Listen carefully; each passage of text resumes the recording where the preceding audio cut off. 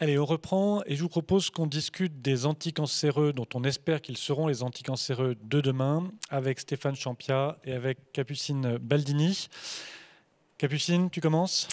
Allez, j'ouvre la danse sur les anticancéreux en phase de développement. Alors, on va parler en premier des thérapies ciblées.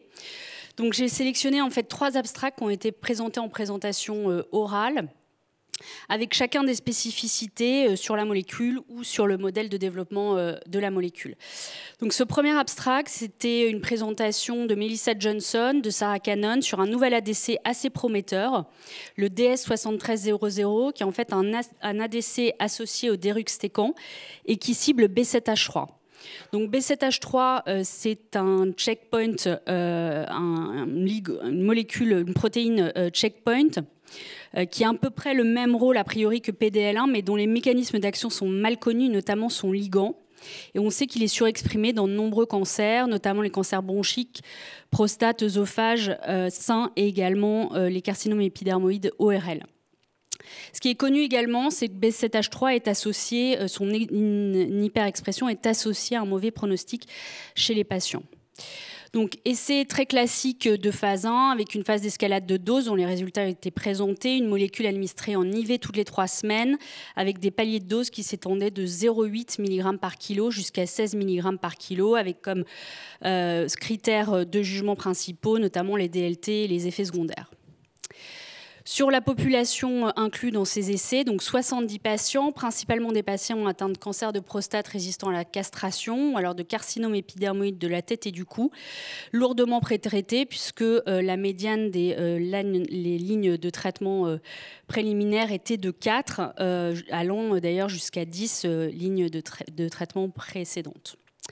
Au niveau de la tolérance, pas de DLT sur cette escalade de dose, des effets secondaires liés à la classe de l'ADC, probablement d'ailleurs plutôt au payload, des pneumonites interstitielles, des pneumopathies interstitielles diffuses, 2 à 3% des patients. Une toxicité hématologique liée aussi au payload et 40% d'effets liés à la perfusion d'IRR, de grade toujours inférieur ou égal à 2, donc gérable en pratique clinique. Au niveau de l'efficacité, des résultats assez intéressants sur cette escalade de dose, dont le but n'était pas, encore une fois, d'avoir une efficacité, mais un taux de réponse de 21%, avec un taux de contrôle de la maladie de 67%. Et vous le voyez sur ce waterfall plot, en fait, tous les types de tumeurs qui bénéficient des traitements, notamment des patients atteints de cancer de la prostate ou de carcinome pulmonaire à petites cellules, quel que soit le niveau de dose. Donc probablement des discussions sur les effets doses. Un cas clinique présenté d'une patiente de 69 ans avec un carcinome pulmonaire à petites cellules, lourdement prétraité, 7 lignes précédentes et traité avec le DS à 8 mg kg. Et vous le voyez sur le PET scanner et sur le scanner, une réponse complète pour cette patiente. Donc des résultats qui sont particulièrement intéressants. La phase 2 est en cours. Dans les types tumoraux, on a remarqué le plus d'efficacité, à savoir les carcinomes de prostate résistants à la castration, les carcinomes à petites cellules bronchiques et également les carcinomes épidermoïdes de l'œsophage. Donc on va suivre cet ADC de Daiichi. Alors, deuxième étude, qui est vraiment le modèle des essais basket dont on parle régulièrement. On sait qu'avec le démembrement moléculaire, on a de plus en plus d'entités qui forment en fait des cancers rares. Et donc là, c'était une étude de phase 2, basket, qui testait un ATR inhibiteur chez des patients ARID1A déficients ou ARID1A intact, patients avec différents types de tumeurs solides. On sait aujourd'hui que les déficits d'ARID1A sont à peu près observés dans 10 à 50% des tumeurs solides. Donc l'idée était d'utiliser cet ATR inhibiteur, la ZD6738, avec cette idée toujours de une drogue, un biomarqueur et plusieurs types tumoraux pour permettre aux patients de bénéficier de l'innovation. Un design assez simple, tous ont une relecture centralisée en immunohistochimie de ARID1A et une cohorte avec l'ATR inhibiteur seul et une cohorte en association pour les ARID1A intacts en association avec les PARP inhibiteurs. Au niveau des taux de réponse, l'efficacité, pas de réponse chez les patients arides intacts, mais 2 réponses assez impressionnantes de 2 patientes atteintes de carcinome de l'endomètre à cellules claires, avec des réponses prolongées dans le temps. Donc intéressant dans ces sous-types tumoraux. Et là, je vous montre la présentation qui avait été faite d'une patiente avec atteinte de métastases hépatiques en réponse complète sous cet ATR inhibiteur. Alors, dernière étude, une originalité, en fait, c'est l'étude EPIC-P1. L'étude EPIC-P1, c'était une revue c'était une étude rétrospective qui s'intéressait à des patients atteints de PROS syndrome. Donc le PROS syndrome, c'est pas une maladie carcinologique, c'est le développement hypertrophique de différentes parties du corps. Ça peut être vasculaire ou au niveau des lipomes. C'est une maladie orpheline qui touche à la fois les adultes et les plus jeunes. Donc l'idée de cette étude, en fait, c'était de se baser sur la mutation activatrice dans ces PROS syndrome, qui est la mutation PI3K, et d'utiliser en fait une drogue qu'on connaît bien en oncologie, qui est l'alpélisib, et de regarder son efficacité dans cette population. Donc, le design assez simple, analyse rétrospective d'un programme compassionnel et objectif primaire des taux de réponse. 57 patients inclus au total. Vous voyez la médiane d'âge de 14 ans, donc à la fois des patients pédiatriques et des patients adultes, avec une durée médiane d'exposition de 18 mois. Et des taux d'efficacité particulièrement impressionnants, 37,5% de taux de réponse et 74% de réduction du volume tumoral. Au niveau de la tolérance, ce qui était intéressant, c'est que le profil était assez similaire avec ce qu'on observe dans les études des tumeurs solides, mais qui était quand même beaucoup mieux toléré que notamment dans l'article présenté par Fabrice André, avec des taux de toxicité beaucoup plus importants avec l'alpélisib. Super, merci. Tiens, Stéphane. On parle un peu d'immunothérapie. Alors passons à l'immunothérapie. Moi j'ai sélectionné 3 études qui ont été présentées. Une première donc, qui concerne les thérapies cellulaires avec un anti-Claudine 18.2 avec des CAR T-cells, le CT041. Donc pour vous expliquer un peu ce qu'est la Claudine 18.2, c'est un des membres de la famille des Claudines. Les Claudines, c'est des protéines qui sont impliquées dans l'adhésion cellulaire, dans les jonctions serrées entre les cellules. Et c'est exprimé notamment au niveau des muqueuses de l'estomac, dans les tissus sains. Donc c'est la plupart du temps très restreint dans l'organisme. Et c'est particulièrement intéressant dans certaines tumeurs qui vont l'exposer, cette protéine, et donc la rendre comme une cible thérapeutique. Donc le CT041, c'est un CAR T-cell, donc une thérapie cellulaire où on modifie génétiquement le récepteur des lymphocytes T avec un récepteur chimérique, un CAR, qui va cibler pour le coup donc, le Claudine 18.2, qui est exprimé dans différents types de cancers épithéliaux et notamment dans 60% des tumeurs gastriques. Et donc c'est un CAR-T avec un segment CD28, co-stimulation CD28 et CD3. Donc une étude classique par rapport à des CAR-T, une présélection sur l'expression de la Claudine 18.2. Et puis des patients qui sont prélevés par aphérèse, pour lesquels on prépare le CAR-T, sont infusés ultérieurement, et certains patients ont eu d'ailleurs des thérapeutiques de bridging, voire des thérapeutiques de conditionnement. Une évaluation de différents paliers de doses, avec au final une dose retenue qui est intermédiaire, 2,5 10 puissance 8 cellules. Et ce qui est intéressant dans cette étude, c'est qu'ils sont principalement concentrés sur des tumeurs digestives, essentiellement un recrutement de tumeurs gastriques. Sur les tumeurs gastriques, donc principalement les adénocarcinomes, la grande majorité d'entre eux avaient une maladie avancée et également parfois, donc 40% étaient préexposés aux anti-PD1. En termes de tolérance, par rapport à des CAR-T qui sont observés en hématologie, il n'y avait pas dans cette étude où on a traité 37 patients de toxicité neurologique, les ICANS, et puis pas non plus de grade 3 décrit dans cette étude, mais effectivement une majorité de grade 1-2 de cytokine release syndrome. Alors, est-ce que c'est lié à la cible qui est différente par rapport aux cibles hématologiques? Et puis d'un point de vue activité, donc toute tumeur confondue, ils avaient 48% de taux de réponse. Et parmi les 37 patients, 11 étaient toujours en réponse au moment des rapports des résultats, des patients qui avaient dépassé 8 mois de traitement. Certains patients ont d'ailleurs été réinjectés, réinfusionnés avec cette molécule, et c'est vraiment quelque chose qui commence à émerger maintenant avec les thérapies cellulaires, en particulier dans la tumeur solide. C'est la discussion vers est-ce qu'on réinjecte ou pas le CAR chez des patients qui présenteraient un état clinique nécessitant ou permettant la réinjection. Quand on regarde uniquement le sous-groupe des patients tumeurs gastriques, qui correspondent à 18 patients, le taux de réponse atteint 60%. Donc une thérapeutique cellulaire qui semble assez intéressante et pour laquelle on attendra évidemment les résultats plus avancés dans les tumeurs gastriques.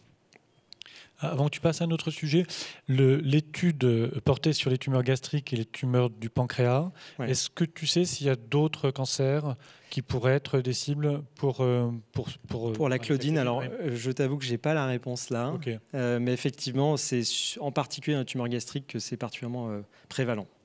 Okay. Deuxième étude, toujours de thérapie cellulaire, le TC210 qui est le Gavocel, et qui cette fois cible non pas la Claudine mais la mésotéline. La mésotéline, c'est une cible qui est particulièrement d'intérêt actuellement puisqu'elle est présente dans différents types de cancers, elle est associée à une agressivité plus importante et elle est restreinte à peu de tissus normaux, et notamment les tissus des séreuses, pour lesquels ça rend la cible particulièrement intéressante. Il y a à la fois des anticorps monoclonaux, des anticorps conjugués et ici une thérapie cellulaire qui sont développées actuellement sur cette cible, la mésotéline. Alors ce qui est intéressant avec cette thérapie cellulaire, le Gavocel, c'est que ce n'est pas un CAR, ce n'est pas un TCR transgénique classique, c'est ce qu'ils appellent un TRuC, un T-cell receptor fusion construct. Et par rapport aux autres thérapeutiques cellulaires, on se retrouve en fait non pas avec un récepteur chimérique et toute une partie chimérique avec les récepteurs stimulateurs CD28, CD3, mais on se greffe sur le TCR lui-même, d'où le terme de TRuC, où on va rajouter en fait les parties de reconnaissance spécifiques contre la mésotéline pour ce récepteur-là, mais conserver le TCR lui-même pour toute la partie activation intracellulaire, avec l'espoir éventuel d'avoir une moindre toxicité chez ces patients. Donc un schéma un peu classique, aphérèse, plus ou moins thérapeutique de conditionnement, et puis infusion et suivi. Les indications retenues dans l'étude, c'était en particulier les mésothéliums, les ovaires, les poumons dans la petite cellule et le cholangiocarcinome, présélectionnés sur le statut de l'expression de mésotéline par immunohistochimie, avec un cut-off de 2 à 3 croix. Un schéma de lymphodéplétion pour certains patients, et puis une administration d'une seule dose de Gavocel.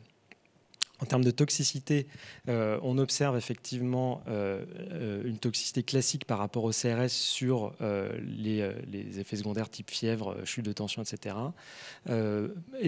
Aucune toxicité neurologique, donc là on retrouve un intérêt avec peut-être ce type de structure. Et puis par rapport aux craintes qu'on peut avoir sur la cible, qui peut être présente au niveau péricarde, pleural ou péritoine, pas de toxicité on target avec cette molécule. Et CRS pour tout le monde, c'est syndrome de relargage des cytokines. Effectivement, c'est un terme qu'il faut devenir familier avec. Et puis par rapport à l'activité, donc un taux de réponse autour de 30% en fonction de la revue investigateur ou indépendante, dans des mésotéliomes qui étaient essentiellement la population qui a été traitée dans cette étude, donc sur 16 patients. Donc des résultats tout à fait intéressants à voir effectivement s'ils se confirment dans un deuxième temps.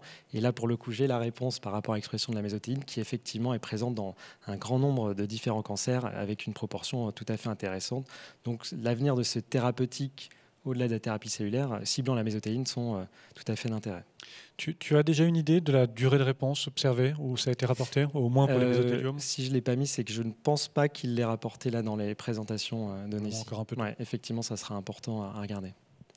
Et puis dernière étude, une étude qui d'ailleurs a lieu à Gustave Roussy actuellement, présentée par Aurélien Marabel, qui cible le BTN3A, donc les bithyrophilines, qui sont impliquées dans la modulation des gamma-delta. Alors les gamma-delta, c'est des lymphocytes qui sont différents des lymphocytes T, qui ont un mécanisme de reconnaissance des antigènes qui est différent, qui est un peu plus intermédiaire entre l'immunité innée et l'immunité adaptative, donc qui ne va pas reconnaître de la même façon la cible.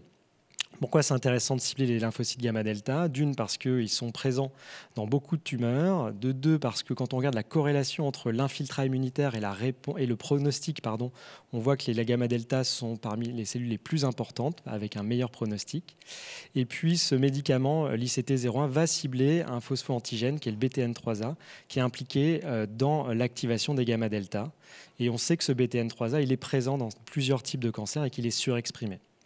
Donc la molécule va jouer sur la conformation de BTN3A et permettre l'activation des lymphocytes T, la production de cytokines inflammatoires et entraîner une cytotoxicité.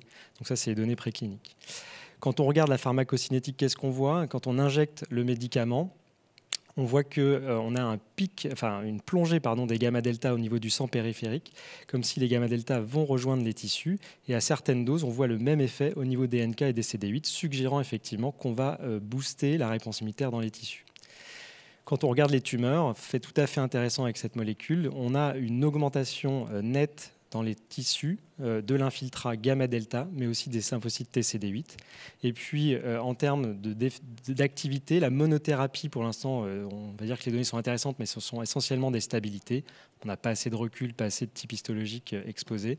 Mais tout à fait intéressant, un cas d'une patiente mélanome métastatique au niveau cérébral et hépatique, qui sont quand même deux facteurs de très mauvais pronostic, en particulier chez les patients réfractaires à l'immunothérapie. Donc ici, une patiente pré-traitée par IPI et niveau, donc anti-PD1 anti-CTLA4, qui a présenté une réponse radiologique qui persiste actuellement à la fois au niveau cérébral, à la fois au niveau hépatique. Donc on va guetter les résultats de cette étude de façon plus avancée, voilà, avec les médicaments d'immunothérapie en développement aujourd'hui. Super, on est juste dans les temps, vraiment une belle moisson encore, hein, des très jolies pistes et très diverses. Je ne sais pas s'il y a des questions éventuellement dans la salle, on a une minute éventuellement pour en prendre s'il y en a. Non, c'est bon, mais non, c'est impressionnant quand on compare à il y a 5 ans, 10 ans. Les présentations dans les essais précoces sont devenues d'une diversité impressionnante dans les mécanismes d'action et dans les résultats. Hein. Bon, bravo à tous les deux pour cette très belle synthèse. Vous restez avec nous et on parle dans quelques minutes des tumeurs digestives.